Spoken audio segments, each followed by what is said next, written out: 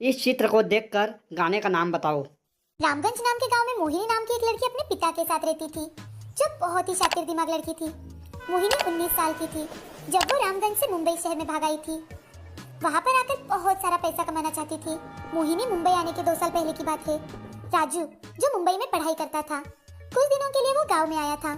अपने दोस्तों से बातें कर रहा था और बातों बातों में अपने दोस्तों को मुंबई शहर की खासियत बता रहा था।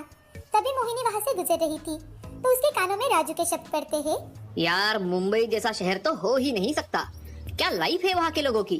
राजू के कहे शब्द सुनते ही मोहिनी वहीं पर पास में मंदिर में राजू की बातें सुनने बैठ जाती है। सुबह शाम का तो कुछ पता ही नहीं चलता वहाँ पर तो समझो रात ही नहीं होती।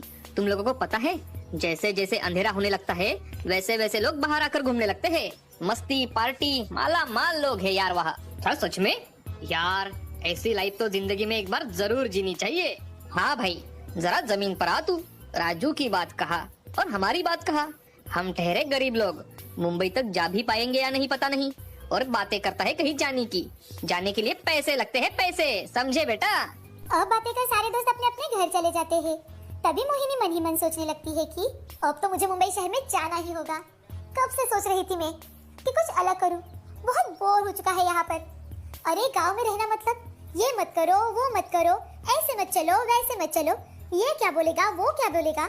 इससे अच्छा तो मैं अपने माँ पिताजी को छोड़कर भाग जाऊँ मुंबई शहर। वैसे भी उन्हें कौन सी मेरी जरूरत है, सीधे से बात तक नहीं करते मुझसे। मोहिनी को घर में रहना, किसी की बातें मानना बिल्कुल भी पसंद नहीं था। तो मोहिनी मन ही मन, अरे यार, ये माँ बापू की हमेशा की क्रिकेट, मैं परेशान हो चुकी हूँ इस बात से।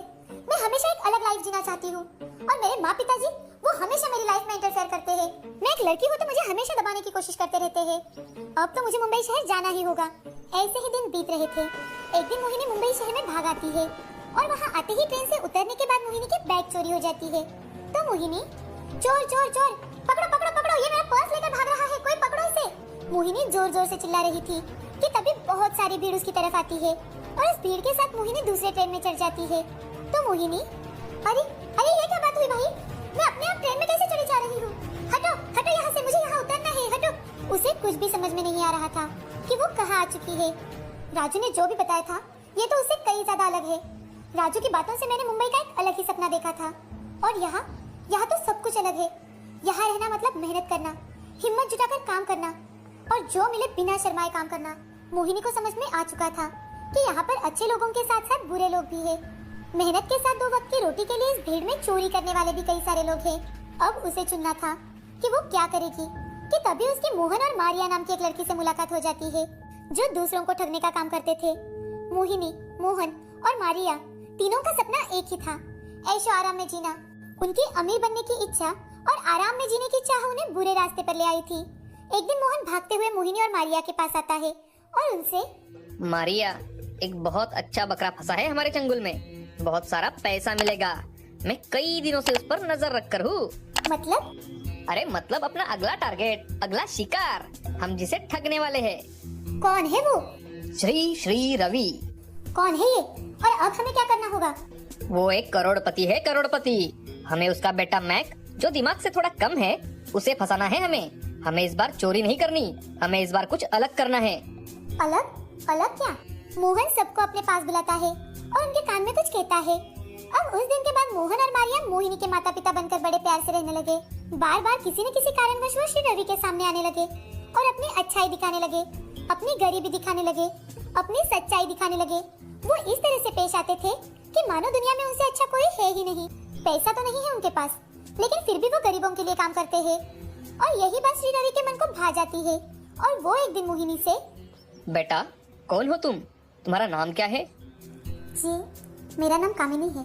मैं यही पास झोपड़पट्टी में रहती हूँ अपने माँ पिता के साथ। अच्छा, तुम्हारे पिताजी क्या करते हैं? श्री रवि के ऐसे कहते ही मोहिनी रोने का नाटक करने लगती है और, सर, हम गरीबों को जो भी काम मिले वही करना पड़ता है और जो मिले उसी में अपना जीवन बिताना पड़ता है। अब धीरे धीरे श्री रवि मोहिनी के बारे में अपने बेटे मैक्स के लिए सोचने लगता है।